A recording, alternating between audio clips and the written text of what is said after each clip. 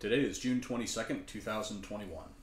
My name is John Swain, and I'll be conducting this oral history interview with Michael Hilton, a retired Master Gunnery Sergeant in the Marine Corps.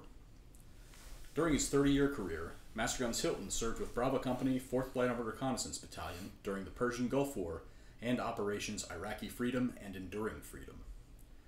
He resides in West Virginia, where this interview is taking place. This interview is pursuant to the practicum requirements for American Military University's Master's Degree in Public History. It will also be submitted to the Veterans History Project of the Library of Congress with the goal of sharing and preserving the experience of America's war veterans. Master Guns, please state your name and birth date for the record. Right. My name is Michael Hilton. I'm a retired Master Gunnery Sergeant. I was born in Hagerstown, Maryland, August 20th, 1969. Tell me a little bit about your life before the military. Right. So I was a Boy Scout. Never made the Eagle. I just didn't like studying that much. I wrestled in high school in my junior and senior years. I played percussion like elementary school, middle school, high school. So I was in a concert band, marching band, and percussion ensemble. As a kid, I rode a BMX bike. I mean, who didn't ride a BMX bike back in the 1980s? Climbed trees, played in the woods, walked through cornfields that surrounded my house, and watched A-10s fly overhead, and went swimming. Typical kid stuff, I think.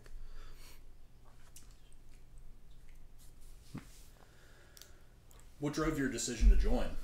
Right, so I was looking to get out of town. A friend of mine was back on recruiter's assistance. He had joined a year earlier, and kind of talked me into it. He said, you know, if I can do it, you can probably do it. So I took him up on that challenge. Do you have any veterans in your family who came before you? I do. So I have some uncles. I have one that served in the Army around the Korean War, Vietnam time frame. I have another uncle that was a Marine with the 4th Marine Division. He participated in the island hopping campaign with the Marines. He was injured on Iwo Jima. He would later serve with the Army during Korea. I have a cousin that was in the Army Reserves. I have a much older cousin that was Force Recon with the Marines back in the early days of Vietnam. And I had an uncle that was a submariner on the USS Batfish during World War II, and another uncle that was in the U.S. Army Air Corps back in World War II. So yeah, extensive history. Tell me a little bit about your early career in the Marine Corps, the first several years you were in. So I checked into Bravo Company 4th LAV Battalion in March of 1988. I was assigned as a driver. Within a year, I was a gunner, and then the following year, I was a vehicle commander. So that would take us to 1990. So really a quick progression of responsibilities. I was a color sergeant and assistant master gunner for a number of years. Back then, when the LAV community was really young, we didn't have a master gunner on the reserve side, so we taught gunnery, LAV 25 gunnery, by experience. So we had Desert Storm veterans like Rob Wertman, myself, Dave Gallo-Rizzo, and Rich Bowers, all sergeants. We taught the company LAV gunnery and tactical vehicle employment. Weapons platoon had no Desert Storm veterans, so around 95, 96, myself and Dave Gallo-Rizzo went to weapons platoon. He took over the mortar section. I took over the tow section. Had that role for probably 3 to 4 years. Then I swapped roles with a platoon sergeant from 3rd Platoon. And then eventually I would become the company gunnery sergeant. So that kind of takes us up to 2001. Do you remember where you were on September 11th, 2001? I do. So I was commuting to work in and around the DC metro area. It was a clear day that I recall. I entered my place of employment, sat down at my desk, and I remember the phone started ringing. I answered the phone, and it was a Marine that had recently checked out of 3rd Platoon. His name is in the back of my head, but he said, "Hey, did you see what's going on?" I'm like, "No."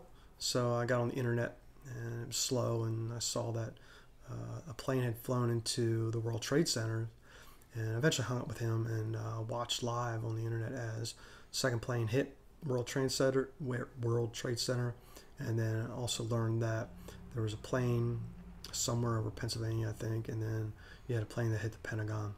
So that's kind of how I learned about September 11th in real time. How did it affect you? I knew a terrorist attack of this magnitude would not go unanswered.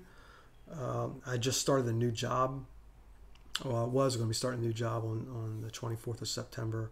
I didn't know if I was going to be starting a new job or getting activated. So everything was kind of up in the air at that point. Did you expect that you'd be sent to Afghanistan? I didn't know what to expect. Our company commander said, "Hey, you should not expect to get activated." And it seemed like a couple of days later, he was looking for volunteers to free up active duty forces for a deployment. I believe it was called UNITAS. We're down in South America. So a couple of years later, of course, Bravo Company would be deploying to Afghanistan around about 2009. When did you first hear that you'd be deploying to Afghanistan? Right, so our activation was part of the Obama surge.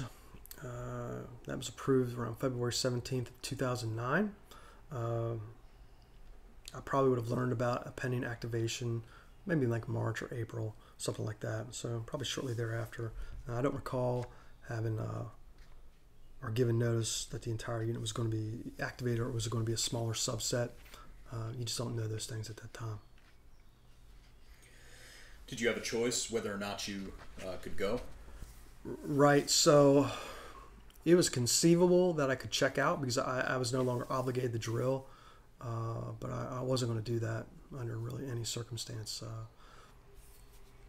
So no, I really didn't have a choice because the entire unit was going to activate. What was your rank at the time? This is for Afghanistan, right? Right. So I would be 40 years old when the unit actually deployed, and I was a master sergeant.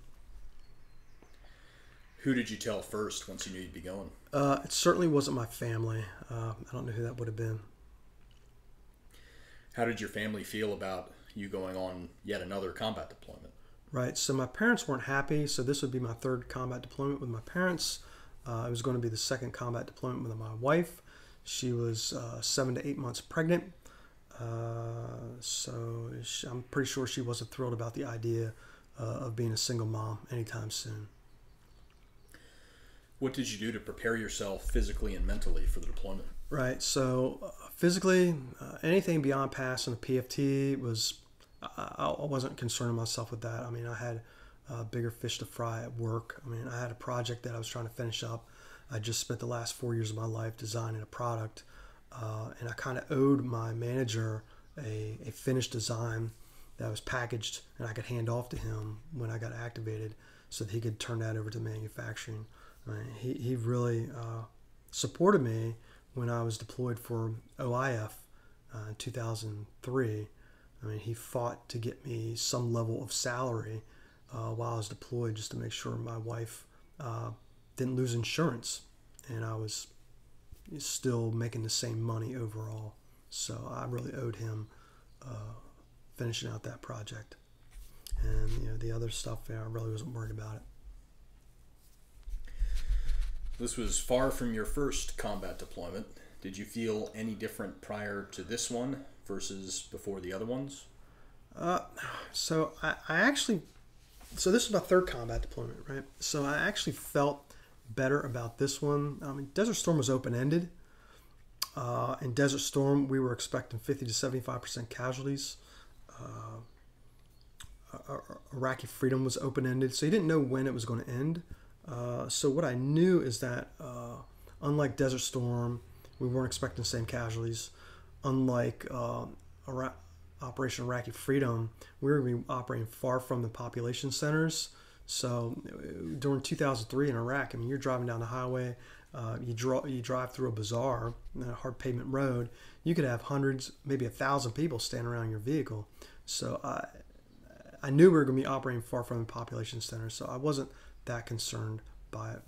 But that didn't mean that I wasn't nauseous when I first got the word. And that level of nauseousness got worse when I learned that the dude I was going to replace, his name escapes me off the top of my head. He was a master sergeant with Delta Company, 2nd LER. I mean, he and his driver were killed on July 11th, 2009. So, yeah, I definitely started having an uneasy feeling about this deployment once I learned of that. Who were some of your closest friends in 4th LAR at the time? Right. So I had a few. Mark Christ was a big one. Joe Kelly, Marcus Lasley, Kevin Tyson, Marty Word, Gene Danfelt, Shane Wynn, Brian Nelson, and Steve Rose. And I became really tight with Jeremiah Nelson on the deployment, so much that I asked him to be my Valentine over the radio. He accepted. Did you have anyone in the unit who you looked up to? I did not. I was at the top, so I mean, it's lonely at the top. When was the unit activated? So the unit was activated on August 1st, 2009. I immediately went on PTAD, Permissive Temporary Additional Duty, immediately, since my wife was really due any day. I mean, she was due the 3rd of August, and it was August 1st. And I followed the company to Camp Pendleton, along with the XO, on or about August 10th, I think. I don't think I got a full 10 days after my daughter was born. I was short, so it was probably like 7 days after she was born. I left for Camp Pendleton. So where and how was the company trained for the deployment? Right, so we were trained at Camp Pendleton, California. We conducted annual training about 3 weeks before the unit was activated.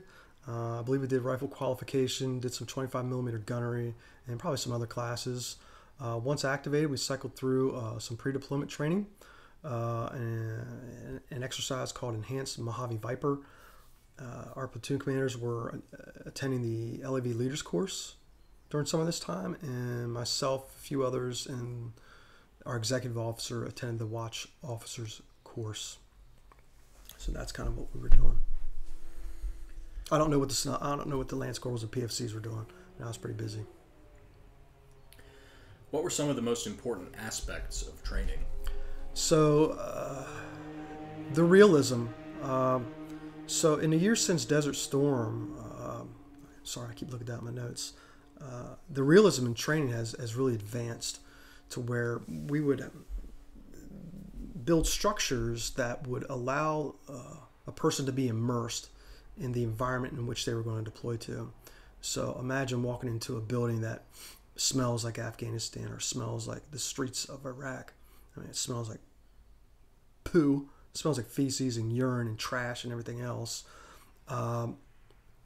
Just the realism. They also had some training exercises where they had role players. These were actors that had limbs missing, so they're wearing prosthetics, and they would start the exercise with a loud explosion and a lot of blood-curdling screams, and you would enter the room, and there's blood everywhere, and you were tasked with just get in there and work the situation. I mean, people really have no idea. So my big thing was like the realism of the training. It was really good. Were there any problems with the build-up training? Did it go smoothly? I don't recall any showstoppers. It's my understanding there was a lot of white space, and I'm sure if I really thought hard about it, I would be like, oh yeah, I remember that. But what I do recall is we spent a lot of time standing around after the other units had been secured for the day, and it just got to the point where we would ask, when are we going to be secured? And we never got a good answer back other than we're going to war. And even the battalion commander and sergeant major would come down on the ramp, and we're just standing around doing nothing on the ramp, and they would ask, well, why are you still standing there? And it would just boil down to, well, you know who our CO is. When he wants to cut us loose, he's going to cut us loose. So yeah. Did you feel that the company was sufficiently trained by the time they left? Yeah, that's a big question. So over the years, training has changed.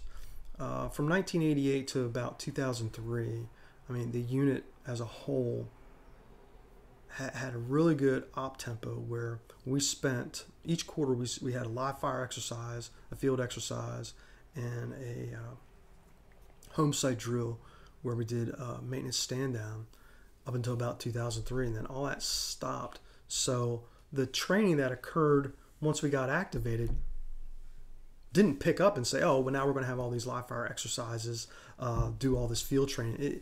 It didn't fill that gap that we had from 2003 on. So do I feel we were sufficiently trained at the time? Yeah, kinda. I mean, it was better than no workup. Desert Storm, we had no workup. Our workup was drill weekend annual training. For OIF, our workup was drill weekend and annual training. So we had some workup. Was it the best workup? Absolutely not. Could have been better? Absolutely. But we had the workup that we had, unfortunately. What did you think of the company leadership? I wasn't inspired. That's putting it bluntly. I mean, we had some A gamers in the unit. The XO was definitely an A gamer. But I just wasn't inspired. I remember from Desert Storm when we were deploying with 2nd Marine Division that we stood on this field. There's 15,000 of us. And the Commandant of the Marine Corps came by and addressed us, and I wasn't inspired by his speech. So not being inspired for Afghanistan, I continue to think about, well, what would inspire these Marines? If I'm not inspired, they're not inspired. So I need to step up my game and come up with stuff to try and inspire these guys with, and that's what I did. When were you first in contact with the unit that you'd be replacing in country? Right, so that would be when I was boots on the ground. I had no comms with those guys in Afghanistan. Others in the unit did. I did not. Like the XO had comm with 2nd LAR. I did not. When you left for Afghanistan, who did you leave behind? Right, so I left. So when we left in October, I left my parents. I left my wife. I left like a 2-month-old daughter. Yeah, we said our goodbyes. Baltimore Washington International Airport. We had some stranger take a photograph of us, and that was that. It sucked for sure. How did you say goodbye? Did you do anything special? No, not that I recall. No, I had a young child, so there wasn't any going out and hanging out with friends. It was like trying to suck up as much of my daughter as I could before I left. When did you leave the United States? So it was the end of October. It was definitely before Halloween, because Halloween kind of occurred when we were at one of our stopping points. Where were your layovers? So I believe our first layover was in Maine. I might be completely wrong about Maine, but wherever it was, we were greeted by some volunteers that gave us each a portion of a star of a used American flag for us to take with us overseas. They had some dogs, I think some other stuff like that, but that was really beneficial. And then our next stop would have been in, I think, Ramstein, Germany. And then we had a stop, our last stop, well, we had a stop in Manas. There was a military base or a transit center before we'd push into Afghanistan. Did the movement go smoothly? No, it absolutely did not. We were running on little sleep while dealing with some role changes in the company and in the armory. Our site count was off. We unpacked these, I don't know what size they were. I wish I could remember, but we unpacked 2 large boxes in vertical with these big horizontal doors, vertical doors.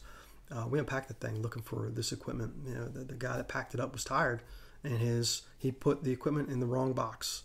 And so we stood there unpacking these boxes while the families were standing there watching us, expecting to say goodbye to their loved ones, and instead they see me yelling at the Marines to dump their trash and try and find this missing gear.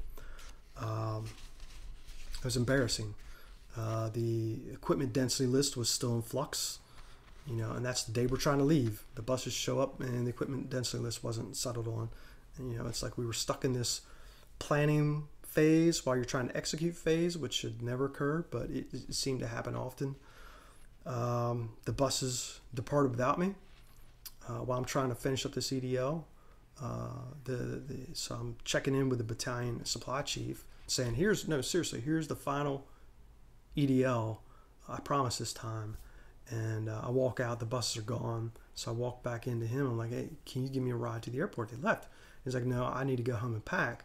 He's like, check in the building, see if the battalion commander and sergeant major is still here. So I walked up to the command deck, and sure enough, the battalion commander and sergeant major were still there. So I caught a ride with them. The alternative was to be a lance corporal and do something else with my life at that point and not deploy. I really thought about it, but I figured it was best I find my way to the airport. How did you get to your area of operations in Helmand Province? Right. So the company commander, myself, and the platoon commanders, we flew in from Camp Leatherneck down to Kanisha Castle in CH-53s. The XO had already been there probably 15 to 30 days prior, but that's how I got to my AO, was CH-53s. What were your first impressions of Helmand Province? It was a dust bowl, this big, sweaty dust bowl. What was the mission that Bravo Company was expected to conduct in Helmand Province?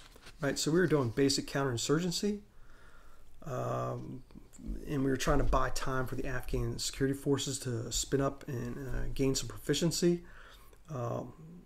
so they were able to fight the Taliban.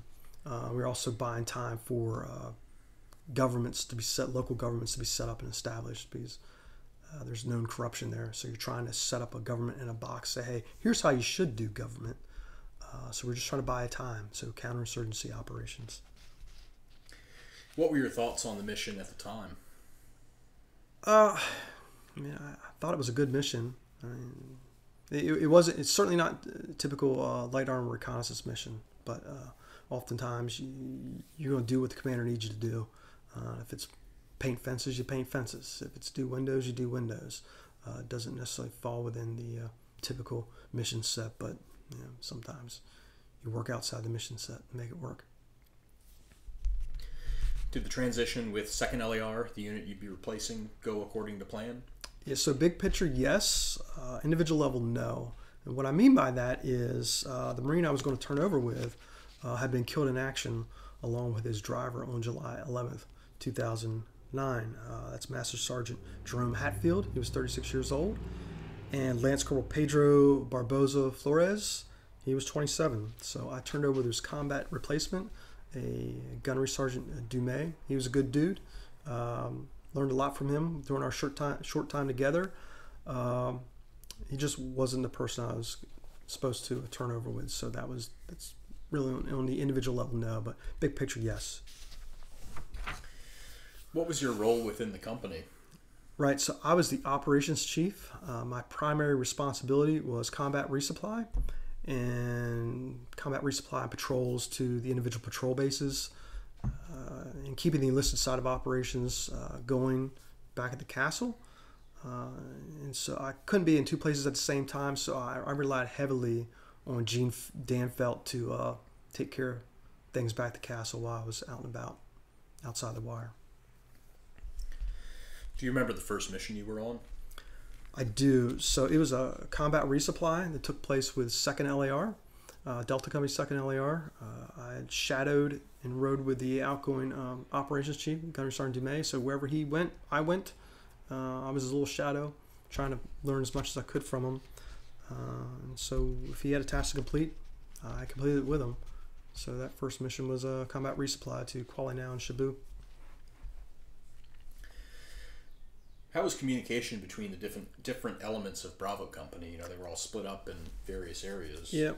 So I think the internal and external communication went well, and we eventually tailored what we needed and how we said it as time progressed.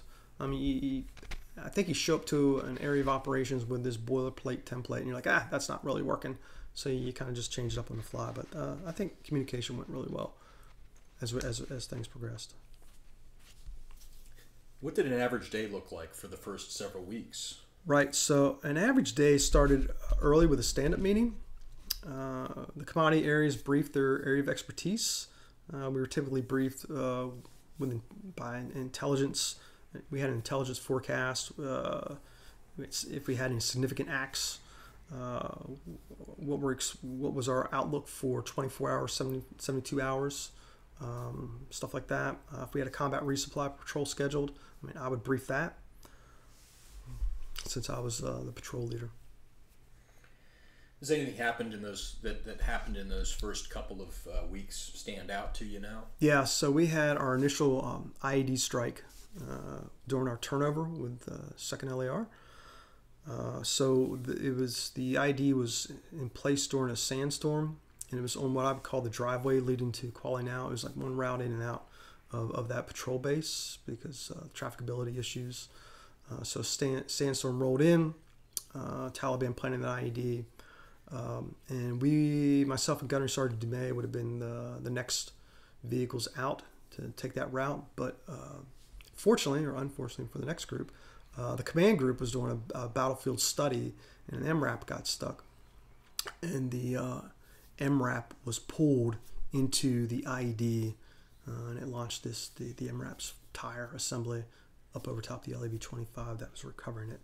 So yeah, that stands out pretty well. So you had the command group come back with eyes really big, like deer in the headlights, like holy crap, we're only a couple days in, we almost died. I'm like, hey, welcome to my world. What was your relationship with the locals like? Right, so I didn't have any direct relationships with the locals or the Afghan security forces. We did have issues with our initial group of Afghan security forces at the castle, and literally just short of mutiny. I mean, I think it was over. They were expecting to get relieved or replaced at a specific time. And anytime you dealt with the Afghan forces or anyone in general, it's like if you said you're going to do something, you had to do it because they expect you to do it. So what you had to really get to a point of doing was saying, well, maybe. You couldn't give them a definitive answer because air coming in to lift them somewhere was out of your control. So the Afghans wanted to go home or wherever they wanted to go, and they knew that the Taliban thought of them as traitors, so they had to take weapons with them if they were just going to go out on their own and try and head home. And so they wanted weapons from the armory. They were willing to break in the army, take weapons and ammunition, and we were willing to stop them, even if it meant loss of life. So that really stands out, that event with the Afghan security forces. And they were airlifted out shortly thereafter, once we fully explained, like, this is what's going to happen if they try to charge the army and take weapons, we're going to kill them. And you'd be surprised how you can get air support that way. Were they replaced? I believe they were replaced, yeah, at some point. Did you have any translators you worked with? We had several. I'm still friends with some of them on social media. They would invite us to have a cooked meal, so they would get food. We had so outside Canesian Castle. Canesian Castle sounds fancy. It wasn't. So outside the castle walls, there was a bazaar, and they would get fresh food and vegetables and whatever, and they would cook it, and they would invite myself and the XO, and maybe a couple others over to eat in their living space. So yeah, I'm still friends with some of them. What did you do with any free time you had? Right, so 2nd LAR had set up an internet cafe at the castle. I mean, it sounds fancy. It wasn't. It was a tent with some tough books in it. And it had at least a TV in it that just broadcasted Armed Forces Network. So you could either spend time surfing the internet. The other patrol bases were not doing this. They were pretty bitter about that. So you could spend some free time surfing the internet while you weren't on watch. But I like to kind of look for something that was completely different from Afghanistan. So if I had the internet access, I would look for that. I would walk 5 feet to the radio watch, chat with them for a while. I really enjoyed getting to know them. I'd walk around inside the castle compound, getting to know the Marines that were on watch. I mean, I really enjoyed getting to know the guys. And, one of my favorite things to do was in the middle of the night, you either step out, you're smoking that first cigarette, depending on the time of day, or the last cigarette, again, depending on the time of day, and just looking up at the sky, and it was just a beautiful sky. I remember that. That really stands out. It was a good memory. When was your first contact with the enemy? Right. So my first contact with the enemy occurred when 1st Platoon engaged a team setting up some rockets, wanted some rockets to shoot at them, or it would have been when 2nd Platoon was conducting Northwest Poison 1. For the first event, by the time we got on scene, the Taliban were dead. They've been engaged in firefighting, so we just transferred their bodies away from the patrol base before they could be properly buried through local custom. And then the latter would have been we provided lift for suspected Taliban back to Keynesian Castle. They were detained and questioned and passed to Afghan security forces after we finished with them. Did you go on any special missions? Oh my, yep. You skipped around on me. So special missions, I did. This one's kind of lengthy. So I was tasked with a tactical resupply of 2nd Platoon during Northwest Poison 1. They were low on fuel. The only issue I had at the time was I had to improvise how to get them fuel because we couldn't reach out to H&S and we couldn't reach out for air support. That was unavailable. So there was 2 or 3 factors that kind of drove that absence from hire. So I don't want to just throw H&S company under the bus. I don't want to throw air support under the bus. So one of the factors was potentially fuel misuse. So we found a lot of drugs, raw tar, opium, heroin, hash, stuff like that, and we had to do something with it. And in the early days, we didn't know what to do with it. So the one company that was supporting us, or we were supporting them with Northwest Poison 1, they decided to use some of their fuel to try and burn the drugs. Well, that put them short on fuel. So when they received an aerial supply of fuel, resupply, there wasn't enough to go around. So 2nd Platoon ended up on the short end of the stick. Or perhaps just air support wasn't available, which wasn't uncommon because sometimes they have more higher priority events such as dignitaries or something like that, which doesn't qualify as more important in my opinion after getting stuck by not having air support. Force cap. So this is a big one that drove this. So our battalion, well actually at the time of the surge into Afghanistan, I mean, we were subject to a force cap, especially H&S Company, 4th ALR. So they deployed light. And so they didn't have all the personnel they needed to operate all the trucks and rolling stock they had, while at the same time manning the security posts at an ever-expanding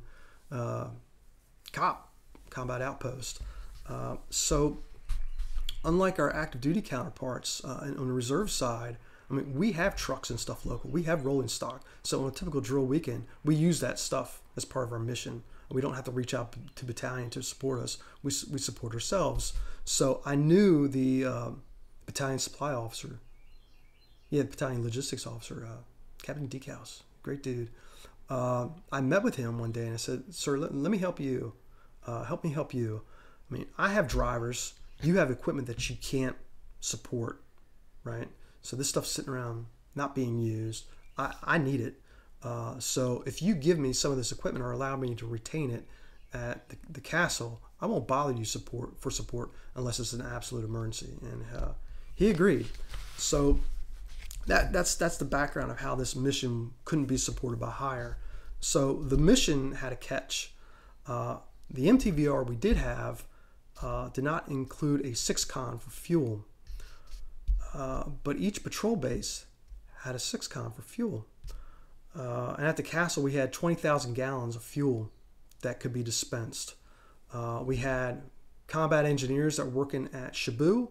They brought heavy equipment, and they brought their own 6-con. So I didn't have a means to lift this 6-con. But now the patrol base at Shabu had a spare 6-con, and they also had heavy lift to get the 6-con onto the back of the truck. So all that came together. I won't say at the last minute, but it took a while to get that together, and we really couldn't execute the mission of getting things assembled until we had Marines coming off watch, because we had pushed Marines out to Northwest Poison, so we were short at the castle as well in terms of personnel. So we had to wait until people got off watch. It might have been around 2,300, because we had to wait till we could establish the crews to get, we needed at least 3 vehicles to go to Shabu, which is about 10, 15 kilometers away. And so we convoyed from the castle over to Shabu. We got the combat engineers to load this 6-con of fuel, got that thing locked down. We drove back to the castle. We topped off all the vehicles with fuel. We filled up the 6-con. I demanded that we have one of the fuel bulk fuel MOS Marines that was there supporting us at the castle go out with us. We were going to take one of their pumps. I mean, I didn't want to head out there and not know how to operate any of this equipment. So I'm like, we're taking one of them. And everyone's like, okay, whatever. So although that wasn't the first mission in my life, it was the first mission in Afghanistan where we were going to be working well beyond the radio capabilities of what I had on my vehicle. So if something happened, didn't matter what happened, it was all on me. There was no one that could support us. So we departed friendly lines around midnight, heading back towards Shabu, and we stepped up on the first shelf, heading north away from the castle, and we drove kind of northwesterly to meet up with 2nd Platoon CO, driving southwesterly. This is all at night. There's limited to no visibility. I think we had some illumination with the moon for some of the trip, but we didn't have it for all the trip. So keep in mind, we're departing around 2300. We're rolling in the middle of the night. We're trying to navigate terrain because over there's no roads. It's all trails, if you have trails. So you're breaking open desert with significant terrain, trying to do a link up in the middle of the night. Map, compass, you got a GPS, and you got some NVGs, and you're picking your way through some pretty complex terrain. So we made the link up point probably around 0203. We conducted a refuel. We picked up, I think, 6 or 7 suspected Taliban. We picked up a white pickup truck that the Taliban were using to transport, I think, drugs, but they definitely had weapons and IEDs and all that kind of equipment to inflict casualties on U.S. forces. So that was round 3. We finished that link up probably around 04. We pulled this truck back using some non-standard towing techniques. We had reached Shabu because I think we had to drop the 6Com back off. We reached Shabu probably around 06. The sun was already up, and then we made our way back to the castles probably around 08.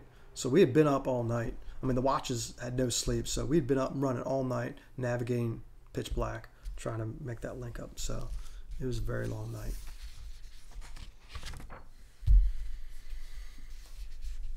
Add in an extra one here. Of course, the company was deployed over the holidays. Did you do anything special for Christmas time? Yes. So Christmas time. This wasn't even my idea. I mean, I give full credit to my crew. So I've been Trigger, Zachary Trigger, Spencer Green. Man, that kid's name is escapes me right now. I wish you wouldn't have sprung that on me. I couldn't remember his name. No, it wasn't Hodge. He was a comm guy. Oh, Schwartz. Schwartz. It was Schwartz. Don't remember his first name. So they generally came up with this idea to hang Christmas lights on my L. And it was dark, and they showed me the Christmas lights. I'm like, that's pretty cool. And we were kind of debating whether or not were we going to leave the wire with them on. I'm like, yeah, why not? We'll leave the wire with them turned on. So to get into the Christmas spirit, because I really wasn't feeling it, like at all. One of the things I did was I took my CVC helmet and I painted that thing fire engine red, found some spray paint, talked to the mechanics. I'm like, hey, do you got any spray paint? Like, yeah, we got red. I'm like, that'll work. So I spray painted my CVC helmet red for the holidays. Actually, I kept it red for the rest of the deployment. Kind of like, hey, here I am. I dare you. And then we went out and we did Christmas. We dropped off gifts to Kuala Now first, I believe. Then we stopped off at Shabu. One of our Marines that was killed in action, Kane, he got a gift, just a random Christmas gift. He really liked that. Yeah, that was a good time, running around with a red helmet on, Christmas lights on the vehicle, driving through where the sun's coming up and you can still see Christmas lights on the vehicle. Yeah, that's pretty cool. In January 2010, Bravo Company embarked on its first large-scale offensive against the Taliban. The operation was codenamed Western Light. What was the goal of Western Light? So my 2 cents on the goal of Western Light was executed to expand our area of influence. Big picture, to have Afghan forces backfill our patrol bases while we increase that area of influence. Buy time for the Afghan forces to mature into a fighting force capable of dealing with the Taliban and other foreign fighters, and to buy time for local governments to be established and mature. How was it planned? I was not part of any of the planning that I can recall. Operations chief, planning, not involved in the planning. What was your role in the operation? Combat resupply and common sense. That's how I took it. Did the operation go smoothly?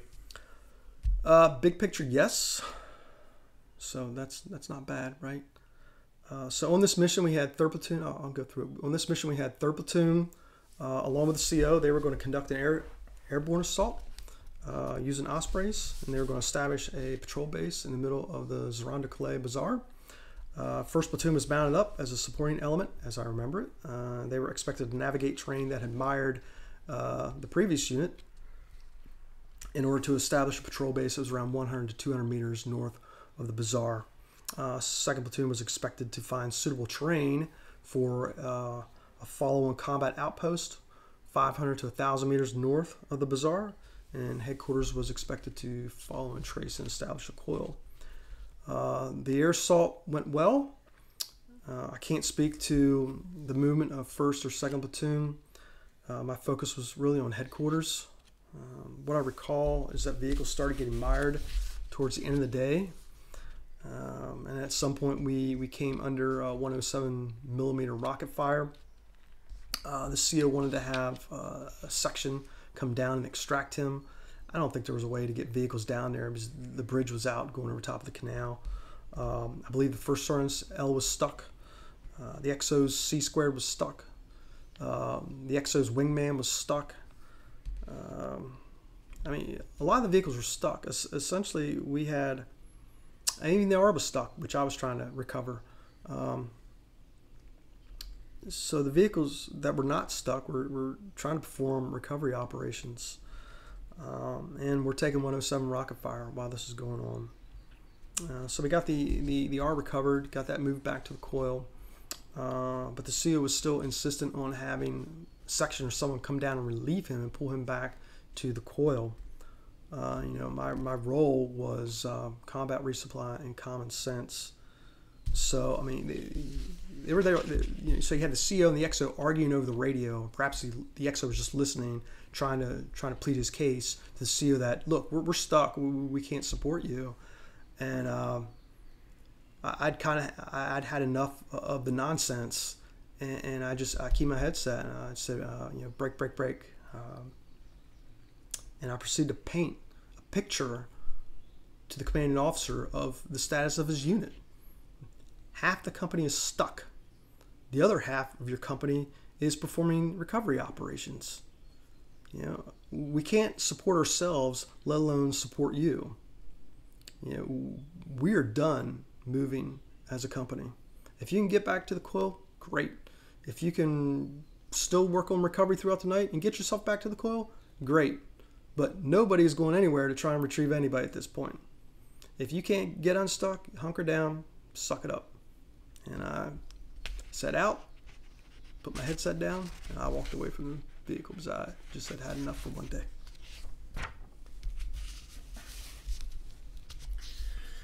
On January 23rd, Bravo Company's 3rd Platoon was struck by a dismounted suicide bomber as they occupied their patrol base in the Zaranda Calais Bazaar. The platoon suffered mass casualties. Can you tell me your recollections of that event? Yes, I can. I had to think about this one for a while because it was pretty vivid for a number of years. So I was located in the coil.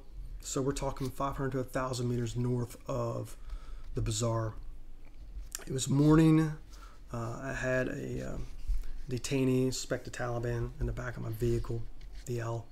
I was sitting down inside the vehicle commander's hatch, probably filing a report, a log stat to the battalion logistics chief. I heard this loud explosion. pop my head up and look south down towards 1st and 3rd Platoon where they're set up.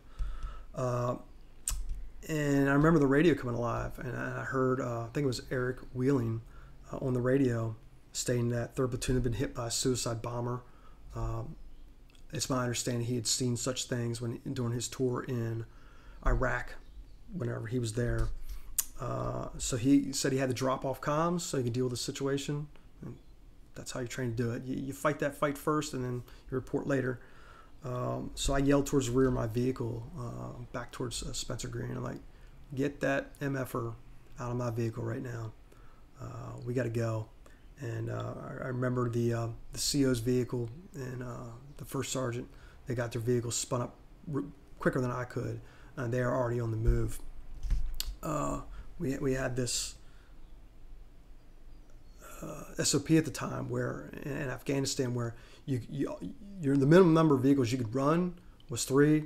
They were running with 2. Maybe they took a 3rd one down. I don't know. But by the time I was ready to go, it was really just myself.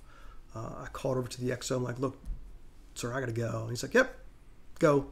And we took off. And so I remember listening on the radio and getting the casualty reports, and the numbers seemed to go up. It's like we got 1 KIA, and then it went up to like 2 KIAs. I'm like, you've got to be kidding me. And so we caught up with the CO and the first sergeant at 1st Platoon's patrol base. Someone asked if I needed them to go with us. I think it was Trigger. I'm like, no, you stay here. Watch the vehicles. We got this. Just stay here. So I took off on foot with a stretcher. I was slow and lethargic. So I gave the stretcher to John Swain, who's interviewing me. I'm like, look, dude, you're faster than I am. You got to get down there. So I handed the stretcher off to John, and I remember that we needed body bags. So I turned around by myself, ran back to the vehicle, and I believe it was Sergeant Roberts, Nick Roberts, and perhaps Trigger. They're all kind of there. The vehicles staged pretty close together. I remember yelling in their direction, like yelling body bags, and I like pointing down to tell them they were down underneath my seat. Every platoon had body bags. No one really wanted to talk about where they were located, but I knew exactly where the body bags were located on my vehicle. I sat on them, and they're right underneath my feet at all times. So I grabbed the body bags, took off, and as I'm going south towards the bazaar, I believe there were some Afghan security forces off to the left. They're like this crazy wailing. It's like, wow, what are y'all wailing about? And I passed them, and then the bazaar tightened up into some buildings. So you had some mud structures on the left and some mud structures on the right. And I recall seeing Doc Schumacher working on, it could have been Afghan security forces, I don't know, off to my right. I recall seeing a young kid, a boy. He was prostrate on the ground, looked like he was in the middle of morning prayers, but he had passed. I kept going further south, and I finally, the area opens up into like a traffic circle. I saw one of our Marines was sitting in a blue chair. He was bandaged up. He didn't look good, but he was sitting, and he was with it.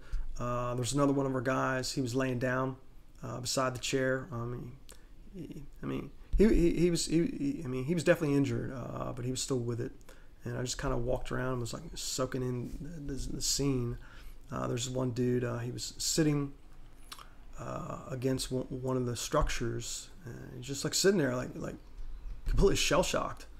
And I asked him, I'm like, are you okay? And he just crazy stare, like straight ahead. And I said, dude, if you're not okay, it's okay that you're not okay. Just that's fine. And I remember wheeling around, and I started walking back to the north, just to kind of go back towards Doc Schumacher to see how he was doing. And I remember seeing a young girl that I missed on the way down. She might have been wearing like orange. I mean, she stuck out. She stuck out like this bright flower in the midst of all this monochrome bullshit of Afghanistan. Yeah, bright flower. But yeah, so eventually, so I turned around again, probably talking to Marty, and at some point Marty was standing over top of Kane, and we were getting Kane policed up, and we put him into a body bag, and then I helped carried Kane towards this makeshift LZ, or it could have been the LZ they used when they first made that aerial assault. I don't remember. It's probably the same LZ. So we carried Kane around and had him on the ground waiting. But it seemed like it took a while for the birds to arrive. I mean, it just, things are going slow, things are going fast. It's like weird. We also knew at the time that Doc Chi was killed. I remember going to Doc Chi, and I mean, there wasn't anything you could do for him. But I was either there to help get him in the body bag, or I was at least there when we were getting ready to zip it up. So I recall distinctly kind of looking at him, looking looking down, like right in his face. And you kind of don't, you're not going to forget that. His glasses, he wore glasses. He looked pretty cute with glasses, but they were kind of bent and misshapen, but they were on his face where they should be. And yeah, that's kind of what I remember about Doc. And so when the birds started landing, I remember I was on one of the corners for Doc Chi, and I think Doc Schumacher was on one of the corners, perhaps a medical officer or two. We had two medical officers on scene, just because we had two medical officers with us that day. But literally, I mean, the one guy was a heart surgeon, and the one guy, he was a ER doc. I mean, you had like the best possible outcome right there with two experienced physicians, and there was nothing we could do for these guys. So the birds came in. I remember Doc Schumacher was on a corner, and he went to lift and try and carry Doc Chi, to the helicopter. And I stopped him, like, hey Doc, I said, the dead go last. So we waited, and I kept telling him, we gotta wait, the dead go last. And then at some point, a flight nurse, that's my guess, came over to us, unzipped the body bag, took a quick look around, zipped the body back up, and we then carried Doc Chi onto the bird. And one of the things I remember is after everyone had kind of left, I'm patting Doc Chi on the leg and apologizing, because that's typically what I do to dead. Because I can't help him. I'm sorry that I can't. I mean, but sometimes that's just life. I mean, I can only save so many people, if any, actually. So that was getting Doc Chi on the bird. So what we did after that is we gathered the personal effects of our dead and wounded. We policed the area for remains of the suicide bomber with the help of EOD. Now the only thing we found of the suicide bomber was some scalp and two legs from kneecaps down. The evidence suggested the bomber wore a 45-pound vest. He had shotgun shells and ball bearings pressed into that thing. So if you think Claymore mine, that's what that guy was wearing. Later in the day, we found a partial arm. So what we did is we called ahead to try and intercept Kane's remains and ask if Kane was missing left or right arm. I don't know which one it was. When they confirmed that he was missing part of his arm, what we did is we called in a separate angel flight to come pick up his remains. And the way we did that is we put his arm, his partial arm, in a box. It had an American flag on it. And we sent a Marine escort with his remains to try and marry those up with his body, because we felt that it was the least we could do to try and get Kane's body as whole as possible at that point. So a couple of days later, 3rd Platoon went back down there, and they conducted some sweeps with EOD, and probably 2nd Platoon was there. 1st Platoon was there as well. They found IEDs like all over the place and took care of those. So that bazaar had been in Taliban control for some time, and they were just waiting for friendly forces to show up and kill us. So one of the bigger arguments I got in with my peers was when I was doing inventory and personal effects. It's like, what do you send home, and what do you keep? What are you trying to prevent the family from seeing? Because you don't necessarily want them to know how their family member died, but at the same time, I'm of the opinion the family member needs to know how their loved one died. I mean, it's just plain and simple. I mean, that's just my opinion. So one of the things with Kane is that he was peppered with pellets from with BBs, shotgun shells, So he had holes in everything. He had this little tiny like green notebook, and it was probably on the outside of his flak jacket, somewhere around here, and it looked like it had been hit with a shotgun blast. And so we're doing the inventory, and it's like, do we send this thing home? I'm like, yes, you absolutely send it home. So it was inventoried, and that was my wishes that all that stuff went home. But unfortunately, I wasn't the last person to inventory Kane's personal effects. There were several more stages of review beyond me. So it's my understanding that some of what we sent home originally didn't make it there, and that's really unfortunate.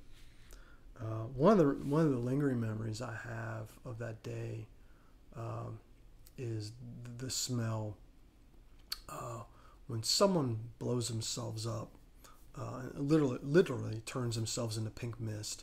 I mean, what's left of them gets embedded into equipment and uniforms and other people. And so when we had all the equipment from our wounded policed up, that stuff was sitting in the back of my vehicle. And although it was January in Afghanistan, wintertime, it's not like it's January in West Virginia where it's really cold, like freezer box cold.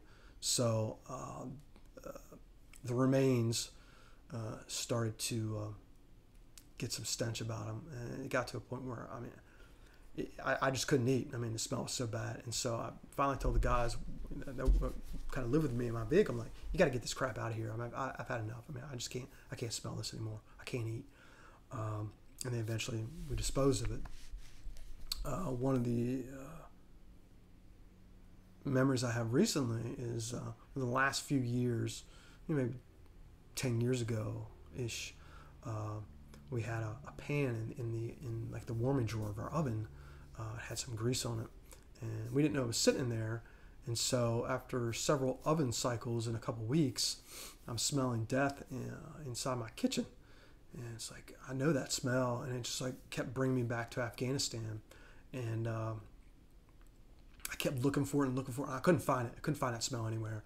And finally, I popped open this door, and I got this huge whiff of Afghanistan, and it took me right back there. I mean, I was just angry, just absolutely angry, because I didn't want to be in Afghanistan again. And that smell got stuck in my head for several days. And we're going out to eat with family, and we're having steak. I'm like, nope, I'm not having anything to eat. I can't even smell it. I can't look at it. And I sat there, and I didn't eat anything. And it was like a couple of days it took for that smell to clear up out of my head. So that is definitely one of the lingering memories of Afghanistan that I carry. How did you cope with the loss of your friends during the deployment?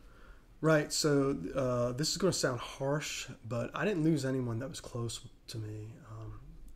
Doc Chi hit me hard. Hit me hard because I was pretty sick at the beginning of the deployment. Probably had pneumonia or something, and everyone got sick during that deployment. But I just remember walking over to the medical tent, not well, and he had really great bedside manner and good humor, and he hooked me up with an IV and some meds to try and help me. And then my second really good recollection of Doc Chi was during Northwest Poison 1, when we were bringing the suspected Taliban back to Kanishan Castle. The sun had come up, so we'd been running all night. The sun had come up, and it was his turn at watch on the back of the vehicle. Make sure that, one, we didn't lose the truck that we were towing, and two, the Taliban didn't get out of hand. Like I said, the sun was up. I told him, make sure we don't lose the truck.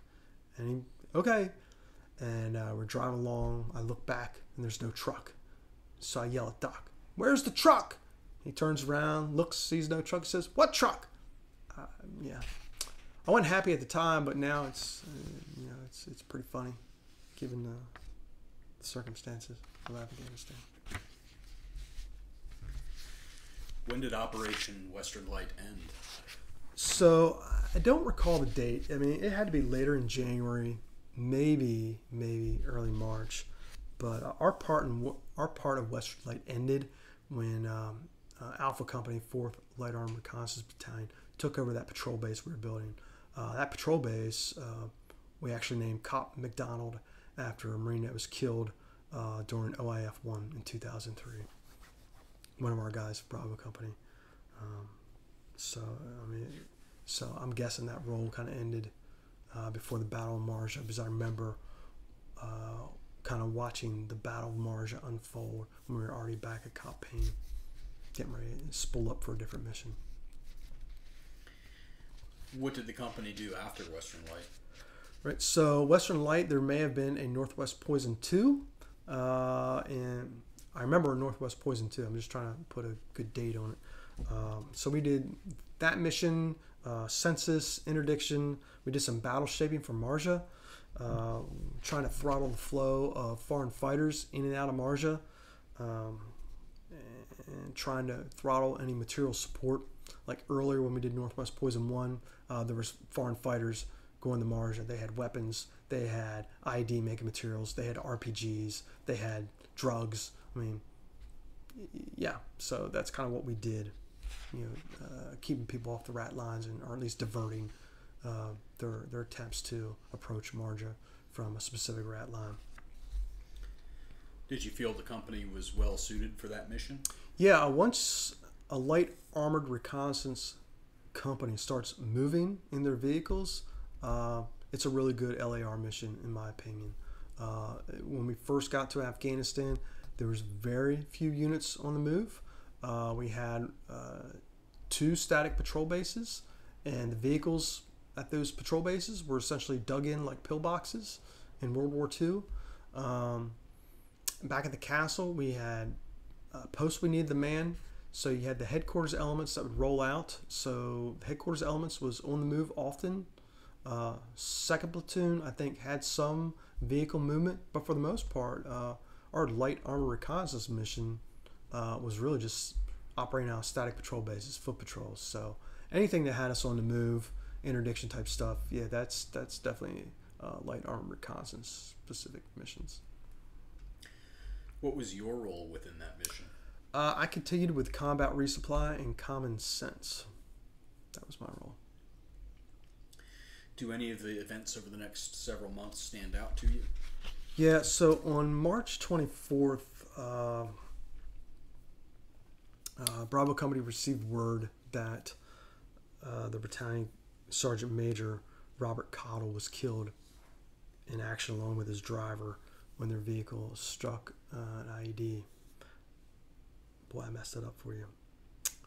I actually asked this question to myself, but I'll let him ask it so I can edit this out. Go ahead. When did you first receive the news about Sergeant Major Cottle being killed in action? Right. So at that time, back at Cop Payne, we had company offices. There were wooden structures.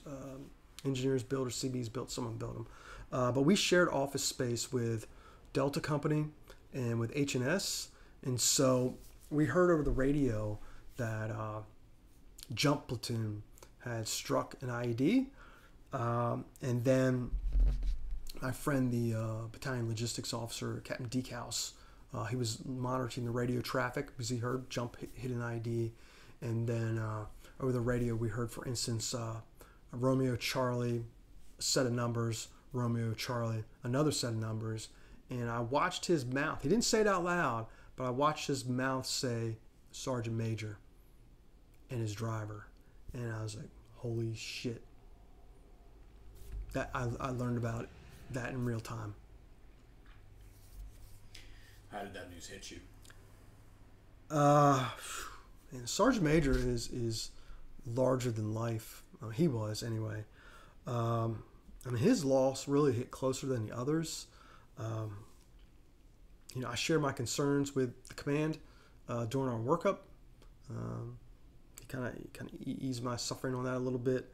I rode with him to the airport. I probably missed that in the first part. No, I don't think I did. So I rode with him to the airport to go to Afghanistan. Both and I had daughters born right before the deployment. He was the first Marine to tell me about Sergeant Smith being killed, finally passing in Germany. And he and his driver were killed in the same manner as Master Sergeant Jerome Hetfield and his driver, Lance Corporal Barboza Flores. So for the first time in that deployment, I felt a real sense of danger. It was like nauseating. It's like I had to get out of the patrol base. I had to get out into the open desert. I mean, that I did not want to be on that patrol base. I didn't want to be anywhere around it. I wanted to be out in the open desert where I felt safe. And then we had a rocket attack on Cop Payne. Like in the middle, I'm briefing a platoon to go out on patrol. We're going to go out for like 10 days. And I'm in the middle of briefing what we're going to be doing. And we got 107 rockets inbound flying right over our heads. And I'm caught out in the open when they're hitting really close to us. So, yeah, I had to get off that base. So, yeah, Sergeant Major and his driver getting killed in ID definitely had a huge impact on the rest of my deployment. How long did Bravo Company's interdiction mission last? Right, so the interdiction missions lasted until we did our turnover with first LAR, for sure. Yeah, we were still pushing out. When did you first get the news that you'd be rotating home? Do you have anything else you'd like to talk about later deployment before we start to... Yeah, I slipped some things in here. Yeah, that's fine. Go ahead. So I think I shoveled the deck on you. And it was, are there any other events of the deployment that stand out? I accidentally shuffled the question order.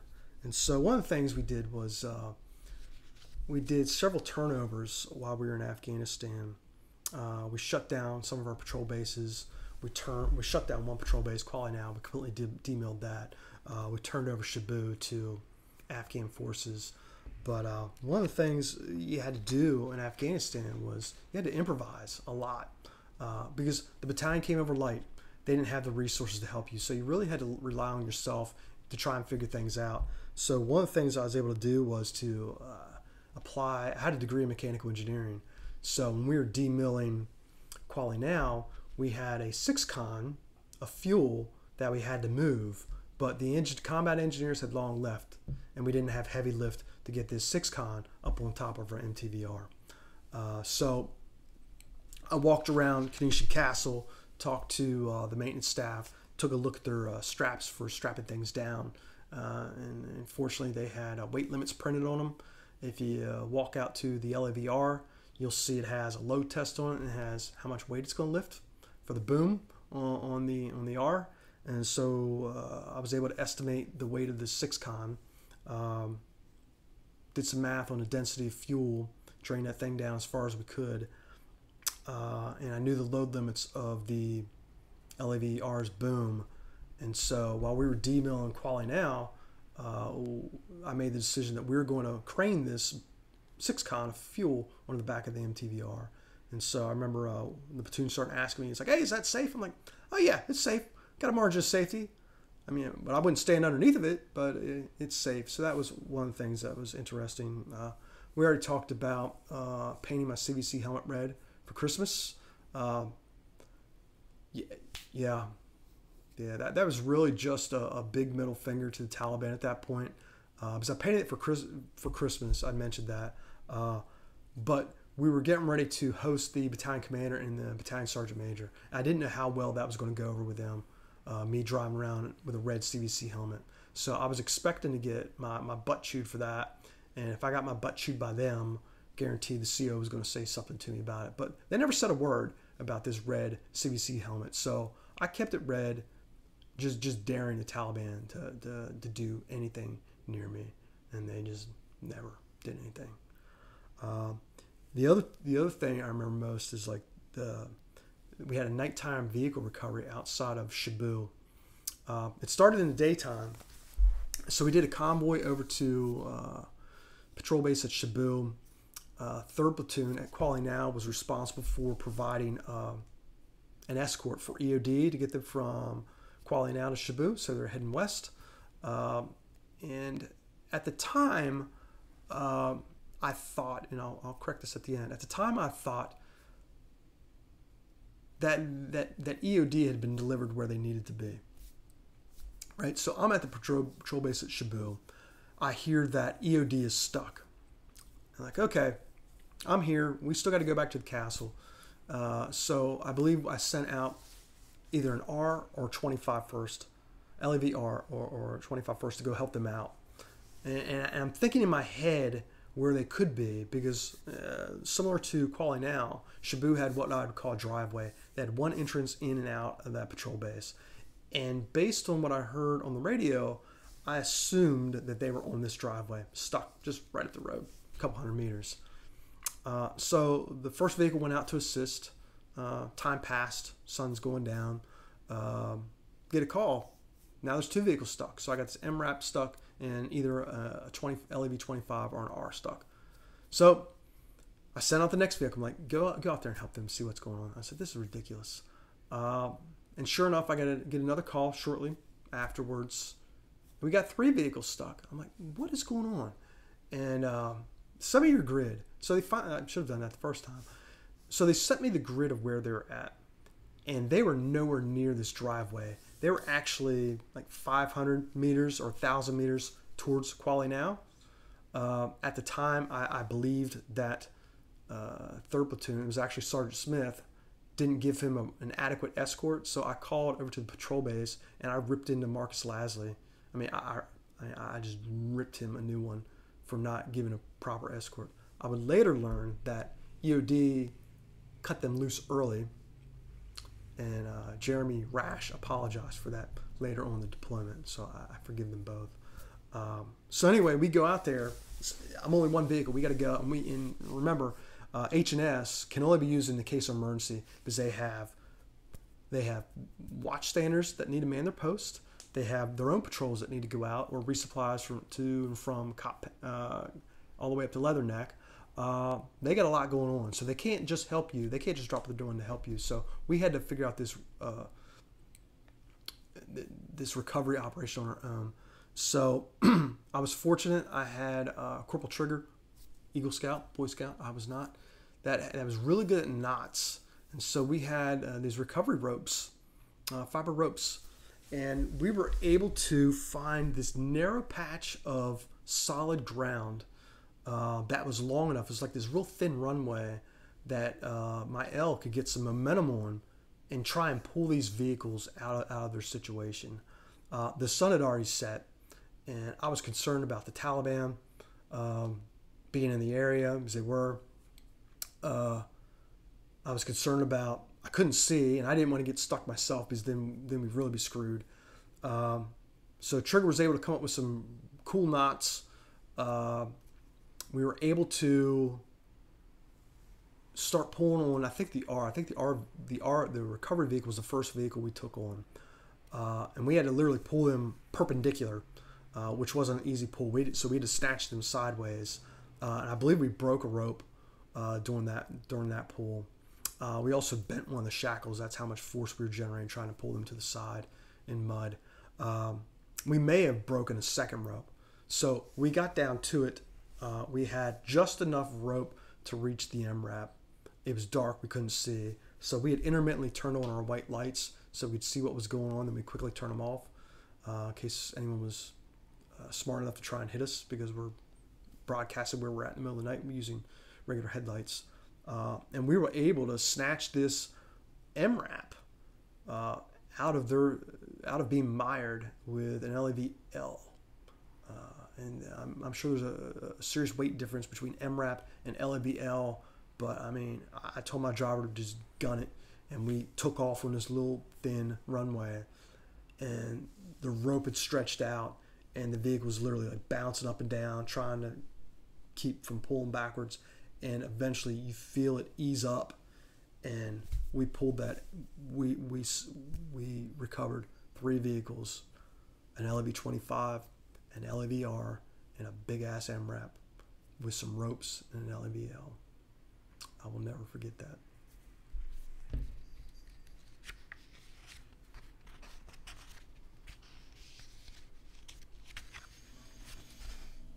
So when did you get the news? When did you first get the news that you'd be rotating home? Right. So since this was a standard deployment, we had a good time frame of when we would be rotating out. We did have some issues that there was a volcano in Iceland that was erupting, that was disrupting air traffic to Manas in Kyrgyzstan. There was also a military coup in Kyrgyzstan, which was kind of throwing things off. So we didn't know how supportive they were going to be of our continuing mission in and around Manas Air Base. So the alternative would have been to have following forces come through Kuwait. We just didn't know when that was going to occur. So we knew sometime in May. The Advon from 1st LAR was delayed. Their main body getting to us was delayed. All that was delayed.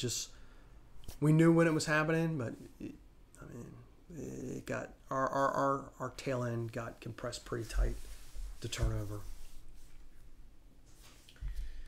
Did the transition with 1st LAR go according to plan? So big picture, yes, but there was significant friction for sure. So when we turned over with 2nd LAR, I mean, we came into Afghanistan as generally the way I approached things was I was a student. They had been there for close to 7 months. I didn't know anything. They were the experts on the ground. And so maybe we didn't like how they ran things, but if we were going to change things, we were going to wait till they were gone, and we were going to make changes after they were gone. But for the most part, we didn't change the way 2nd LAR ran business. I mean, we just said, hey, that's great, and we continued on with what they had set up for us. But it's my understanding that, speaking with some of the guys from 1st LAR back then, is that they had heard that 4th LAR had turned into like Lord of the Flies. And we're just doing whatever we wanted, and well, I mean, okay, that's fine. But one of the things I noticed was that when 1st LAR's advanced echelon arrived, from like day one, they literally told us how fouled up they thought we were, like from day one. It was kind of the most frustrating thing ever. It's like we'd spent all that time in country, and we're going to be followed up by someone that don't know shit about Afghanistan, telling us how wrong we are. It was quite aggravating. I'm still pissed off to this day about it. Maybe I'll get over it, I suppose. But my primary point of friction with them was their maintenance chief, because I had mechanics that worked for me, but I had a toxic maintenance chief from 1st LAR that was telling my maintenance guys that if they didn't do what he said, they didn't work for him, they worked for me. If they didn't do what he said, he was going to ruin their careers. And so I had to deal with that on a daily basis. And I had to tell those involved often who worked for whom. And it was just this unnecessary friction due to this toxic maintenance chief. It was completely unnecessary. You know, threatening my company level staff is just ridiculous. You know, we didn't need any of this. But what I do want to say is that the bright spot was the guy I was turning over with, Master Sergeant Lucas. I mean, it seemed to me that he approached this turnover the same way I approached my turnover with 2nd LAR. It's like he was a student. He was trying to glean as much information from us as to why did we do what we do while we were there. Why did we do these things?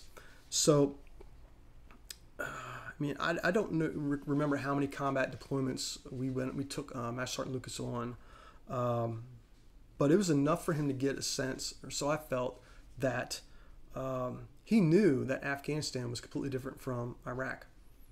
I mean, it besides being two completely different names, it's like the terrain features were different. There are no roads in Afghanistan where we're operating at. And somehow there was people in that organization that felt as though if there was a maintenance breakdown, that you could just pull over to the side of the road and maintenance would come get you. But there's no roads. So when I heard stories from Master Sergeant Lucas that related a story like that to me, it's like, yeah, it was pretty frustrating. It kind of told me what I was dealing with in terms of this toxic battalion maintenance chief from 1st LAR. It's like we had gypsy racks that 2nd LAR had set up so we could push out on patrols that lasted 10 days. 2nd LAR had taken the seats out of the back of the LAV 25s. And like I said, we just took over what they had. We're like, yeah, okay, we'll run with that.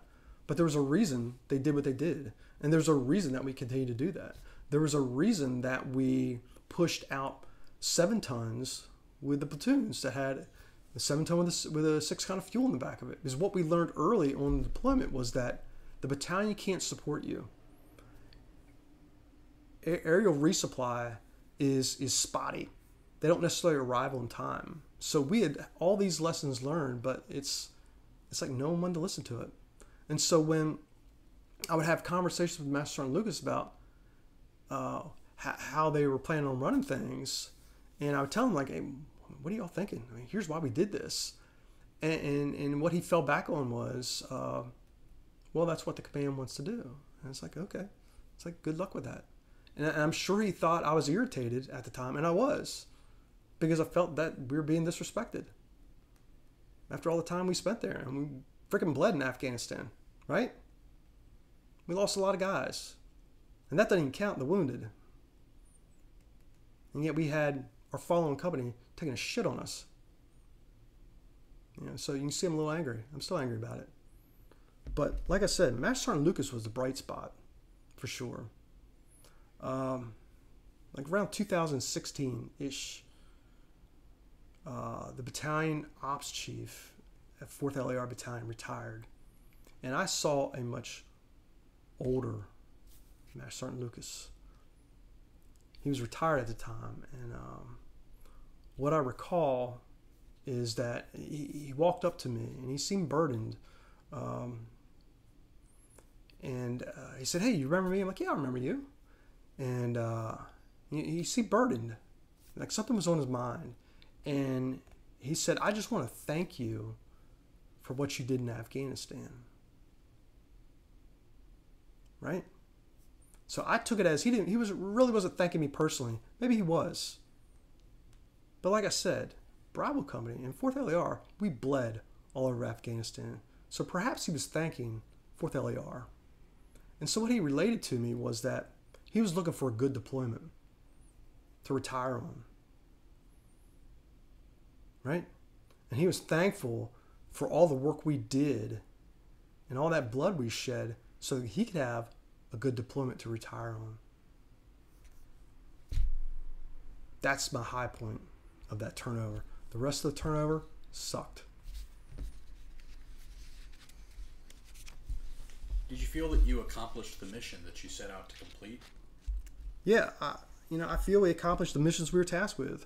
The difference we made is limited in scope and duration. The Taliban has significant influence in Afghanistan. I mean, Taliban just taking over more ground every single day in Afghanistan. You know, that's life, right? Their version of governance isn't going to change. The Taliban's going to govern with murder and intimidation. That's how they're going to govern. Did you feel that you had made a difference?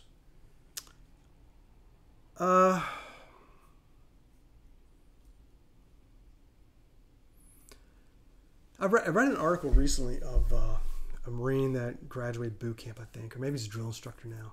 I don't really remember, but he was in Baghdad. He was an Iraqi citizen in Baghdad, and somehow he got out of that country, and he joined the Marines. You know, years ago, I was at a church that had a small Korean population, and one Sunday they decided to ask the veterans of the Korean War to stand up, and they personally thanked the Korean War veterans that were in our church population for their service, because they wouldn't be there as free Koreans in the United States had it not been for those in attendance that day, and the others, Korean War veterans, of sacrificing in Korea. Do I think we made a difference? We'll see. Maybe someday some Afghan citizens will thank us. When and how did you leave Afghanistan?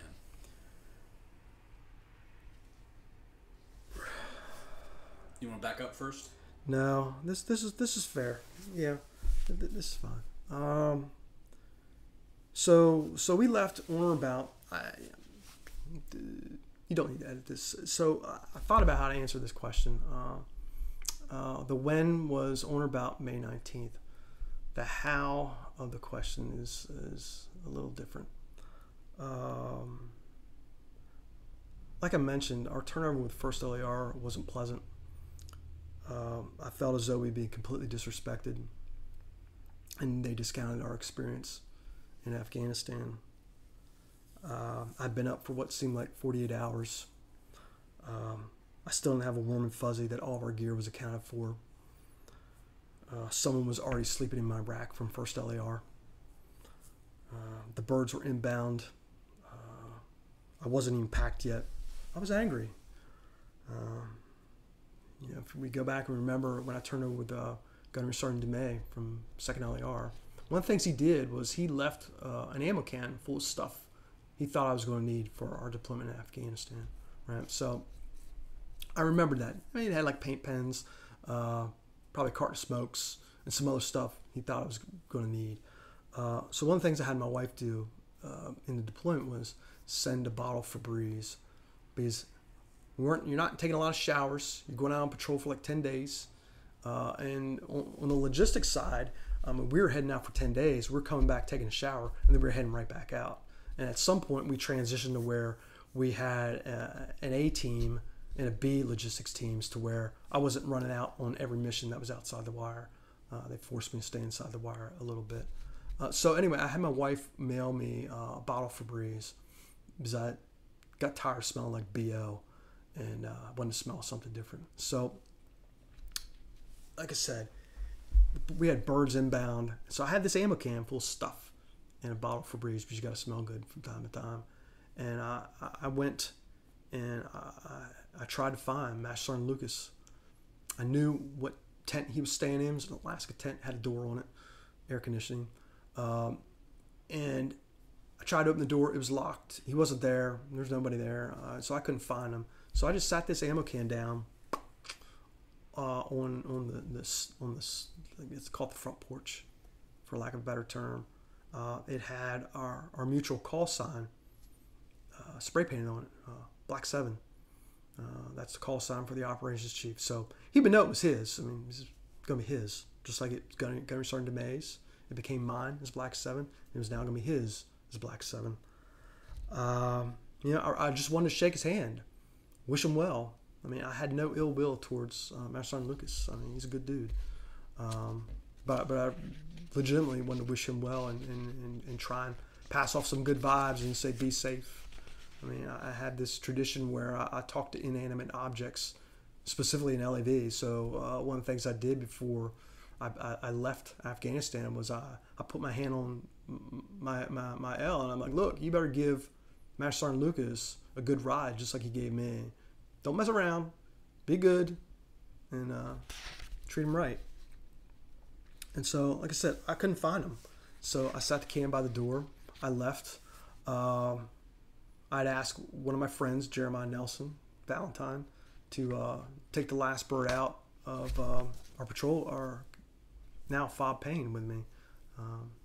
So he did. That's kind of how we left. And so I was on the last CH-53 from Fob Payne to Dwyer. We had a layover in Dwyer, and we all took C-130s to Leatherneck. And the company held in place at Leatherneck for a few days. And we're talking about trying to get out how do I get out of Afghanistan? So it's kind of a long story, sorry. But, you know, at some point, myself and the first sergeant had a conversation about there was a small group that was going to be allowed to leave first. It was like a group of 7. And so Mari's like, well, who should it be? I'm like, you know, it should be someone, a small group, maybe mortars or tows or some small group. But I told him, I said, here's how it's going to be. I said, I will be on that first flight out of Afghanistan. I said, I don't care. I'm not asking you. I'm telling you, I'm getting out of Afghanistan right now. And he made it happen. So 7 of us departed Afghanistan for Kyrgyzstan on or about May 21st. And after receiving our flight number for all the way back to the United States, a couple of days later, I wrote my XO, and this is what I sent him. I said, sir, at Manas, only 7 on the first stick, remainder at Leatherneck. If the company doesn't make it here in time for the flight, I'll be bringing home 7. Regards, Black 7. I mean, I'd had enough of Bravo Company at that time. I had enough of everybody at that time. And so the company arrived a couple of days later, just in time for our customs inspection, and we hopped on a plane on or about May 24th. And it was nice to have those few days of peace and quiet away from the shenanigans of Bravo Company. And I also took advantage of the E8 building that I wasn't offered the first go round. When did you arrive back home? I don't remember the exact date or when we got back to the East Coast to demob. But we did spend a short time in Camp Pendleton, unlike the several months that we spent there for our workup. We got back to the East Coast in time for Memorial Day weekend, I believe. Our called chartered buses, police escort. Our families were waiting for us. My wife and my now 9-month-old daughter were there. In hindsight, for me, it was too early. I needed more time to decompress because we were literally just less than a week outside of Afghanistan, and we're already being thrust into, here's your family. And it's like, oh no, it was way too early for me. Others are going to have a different opinion, but I mean, I was so angry with Afghanistan. I mean, it just wasn't good for me to step right back into my family less than a week later. How were you welcomed? So I guess I touched on that. It's like we had a police escort, probably fire trucks, and families were there. Buses rolled up and families and went nuts. I mean, so the welcome home's good. Going home isn't easy though. What are some of the things you remember most about your service in Afghanistan? Watching the Marines and sailors live out, improvise, adapt, and overcome. Watching them work a problem. Watching them, how they do under the burden of leadership. Even my burden of leadership. Taking Marines out on patrol and knowing that if anything goes wrong, I mean, you're it. I mean, like I mentioned previously, I mean, it's like we were operating well beyond the comms of my vehicle. So when you're heading 100 kilometers out, you got no comm. Help is nowhere to be found. I mean, you're hundreds of miles from civilization. There's no one there to help you. So there's that burden of leadership. So I remember that. I remember leading missions, and that burden of leadership is part of it. I remember the navigating at night, you know, with limited visibility, and you're picking through terrain. It just, people don't understand that. It's not, I mean, 60 kilometers is not that far. It's like maybe 30 miles if my conversion is right? It's like driving from Hagerstown to Frederick. But imagine it's across a desert that has no roads and is sand dunes and rocks. It could take you 10 hours to traverse that terrain. And a lot of times it did. The night sky. I remember the night sky. I remember vibrant colors on this monochromatic landscape. Part of the landscape looked like, I guess it'd be Moab, Utah. You could be out in the middle of nowhere. You're generally in the middle of nowhere. And there's like a small scrub bush, and a bird shows up that has some color to it. It's like, holy crap, there's color. Or that girl that was wearing orange in this monochromatic landscape. At least that's where I was at. It was monochromatic, bright orange. It's like this bright, beautiful flower of a child. Yeah. You definitely gonna remember that for sure.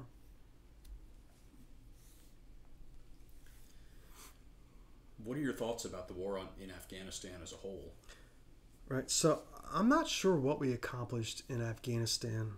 My best guess is we accomplished what's known as a delaying action. We delayed the Taliban as long as possible without becoming decisively engaged or unable to withdraw. I mean, I think Afghanistan has 34 provinces. Right now, there's 24 of them that the Taliban control. So it's hard to tell what we accomplished. Do you have any regrets? I have no regrets.